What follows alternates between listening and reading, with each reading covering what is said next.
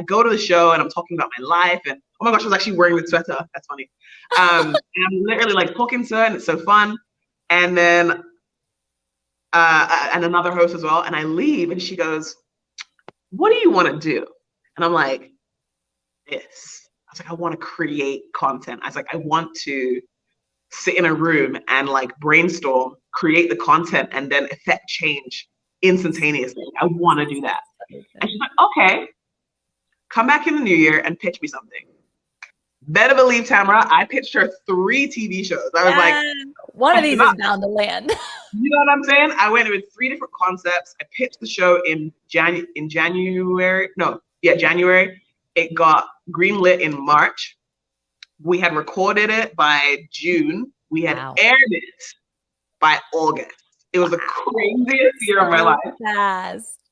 And it was just go, go, go, go, go. And yeah, and so ever since then, I've been the executive producer and host of Hey Meisha, but working at a TV station and a nonprofit, I'm on so many projects constantly, and it is crazy. I'm literally in the office right now, like in between meetings and stuff like that, because it's crazy, but it's so fun. And what's great about it is I feel like we can affect change instantaneously. Like that's the thing about media. Yeah. It can get right into their hands right away. And as long as you are like taking the time to listen to the Holy Spirit and listen to what God is telling you, you can actually say something that the Holy Spirit is saying to you, and it can get out to thousands of people, or even just one person. Yeah. Right. And I just think that's so exciting. So that's kind of been my journey. Yeah. I mean, it's so powerful. And I love, like, obviously the end there, the dovetail of that is the knowing that it's all faith-based, right? And so for God to open that door and say, you're going to have not only an opportunity that I'm opening in the lane that you want to do it, but also to do it and glorify my name, which goes completely back to the beginning of your story of like, he gets it all. Like he gets it all. And I just love that so much. And also to know, I don't even know what is on. Is this on like right Nickelodeon still style, or do they have to pay to have access to this channel? So the original show that I was on is on YTV. It's cable that everyone gets it. It's like a common consumption. It's like, sure. My show is on our TV station, but also on streaming platforms. So we're currently on 2 streaming platforms. We have another one that's currently in distribution, and then one's a US distributor, and then we have obviously YouTube. Okay. And so basically we're like, let's make it in a way where kids can actually watch it, because most families don't have cable right now. Right. So we were like, we can put it on cable because then, they'll see it, but we should really get it into their hands. So we were like, let's find the streaming platforms that have kid focused stuff and get it there. And the reason we go to YouTube is because we're like, well, what about the kids who don't go to church? How can they watch it? Or kids who go to their friend's house and they watch it and they're like, how can I watch it when I go home? YouTube, because all kids are on there. So everyone has there. Yeah. But it's good that for me, it's like the groundedness of making content that's about God. It's different from making content and saying, you can be all you want to be, and you are amazing, and you are awesome, because they are amazing and they are awesome. They're awesome because they're created in the image of God. Did you know what I mean? Like God. Yeah, exactly. Yeah. It's like, it just feels so much more. I feel like I can go the long haul in my career now because it's grounded in my faith. Well, and that was literally, I was just thinking is there's going to be ebbs and flows of conversations that are happening in society all the time, right? Cultural conversations, political conversations, educational conversations. It's constantly changing, but truth is truth, and it's truth today, and it's truth tomorrow, and it's truth forever. And so this isn't content that's going to go away, which is something that I think is so powerful. It's everlasting. It's ever evolving because of how it plays out in cultural conversations. But what somebody or comes across now is going to be just as valuable to them as it would be 20 or 200 years from now. Exactly. It's evergreen. Evergreen. Yeah. So good. And so I'm so thrilled to hear about this piece, because I do think the show FIT, the acronym stands for Founders, Innovators, and Trailblazers. And that's exactly who you are. It's who you represent. It's really the community in which we serve here. So if you were to speak into an entrepreneurial mind or a trailblazer or an innovator from the lens of your expertise, knowing that they may or may not want to be an executive producer one day. They may or may not even want to be a content creator. How would you speak to them? I think all of us are content creators at this point, whether we believe we are or not. You mean advice for them? Like what I would. Yeah.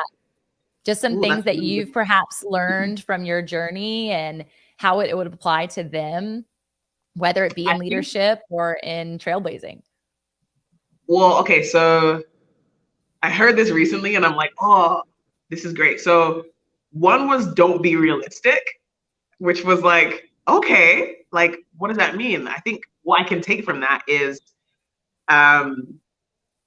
so often the world is going to make it seem like what you're thinking or what God is telling you to do is a little bit crazy, but and a little bit weird, a little bit countercultural. But the verse I've been leaning on for this last little season is Romans 12:12, where it talks about not conforming to the ways of the world. Because in that, as you don't conform, God is going to be able to reveal to you what he wants you to do.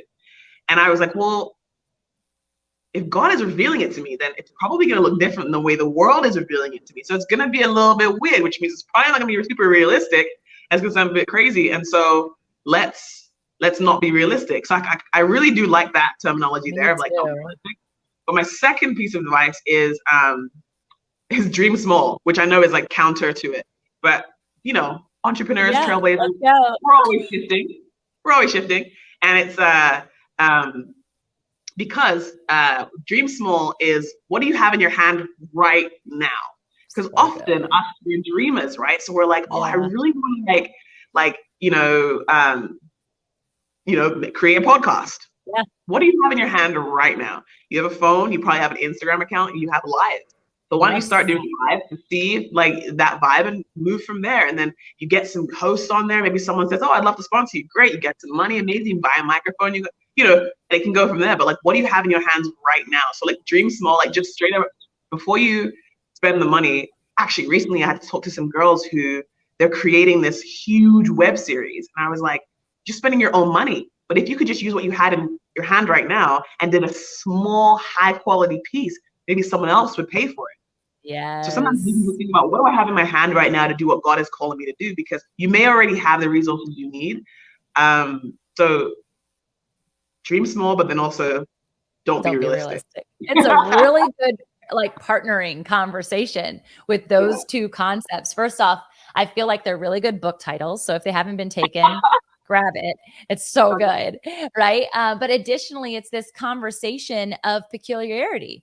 And it's literally biblical for us to stand as peculiar people, meaning it's going to look counterculture. And that feels really uncomfortable. But being outside of the boat, literally getting out off of a boat and walking on water is really peculiar. It's really uncomfortable. You have no idea what's actually going to happen, but that's when we're in full faith. That's when we're in full trust. That's when we're in full connection with God, right? Like as soon as Peter took his eyes off God, he started to sink.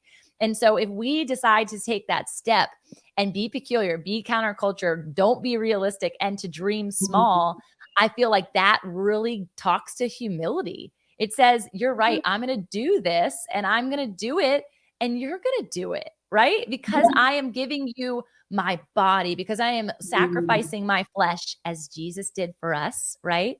I'll do it for you. And I think that there's just a lot of beauty to that. And for founders, innovators, and trailblazers, we're used to being out front. We're used to being the visionary. We're always called to dream big, think big, right? These are book titles. Those ones are. Yeah. And so let's flip that script. I'm going to I always come to these podcasts with like the anticipation of like, what's the thing I'm going to learn, right? And we talk about either touching the 10,000 who might listen to this episode or the one person. And sometimes I get to be that one person. I always come with that mindset. And this is definitely the two things that I'm going to take away is the dream small and don't be realistic. It makes me think actually of this concept of like SMART goals. I'm sure you've heard of them over and over. It's like SMART is an acronym for specific, measurable, attainable, realistic, and timely, right? So you have to have SMART goals. They always tell you this. But I recently published a book in October and I talked about the acronym being wrong because those allow us to only think in the understanding of what we can accomplish And SMARTest goals, which is the new acronym of the EST that I added, E stands for to evaluate, S stands for sharing, and T stands for tailor made. And this is the element of inviting God into our goal setting so that we can actually attain what it is that He has created us to do, rather than what a lot of us in our flesh are capable of attaining, just like you and I were in our paths prior to being wrecked. We could attain it, but could we sustain it? No. And so sustaining comes in the evaluation, the sharing of what it is that God's given you so that other people can partner with you. And the fact that it's tailor made for you and you alone, which creates that conversation of peculiarity.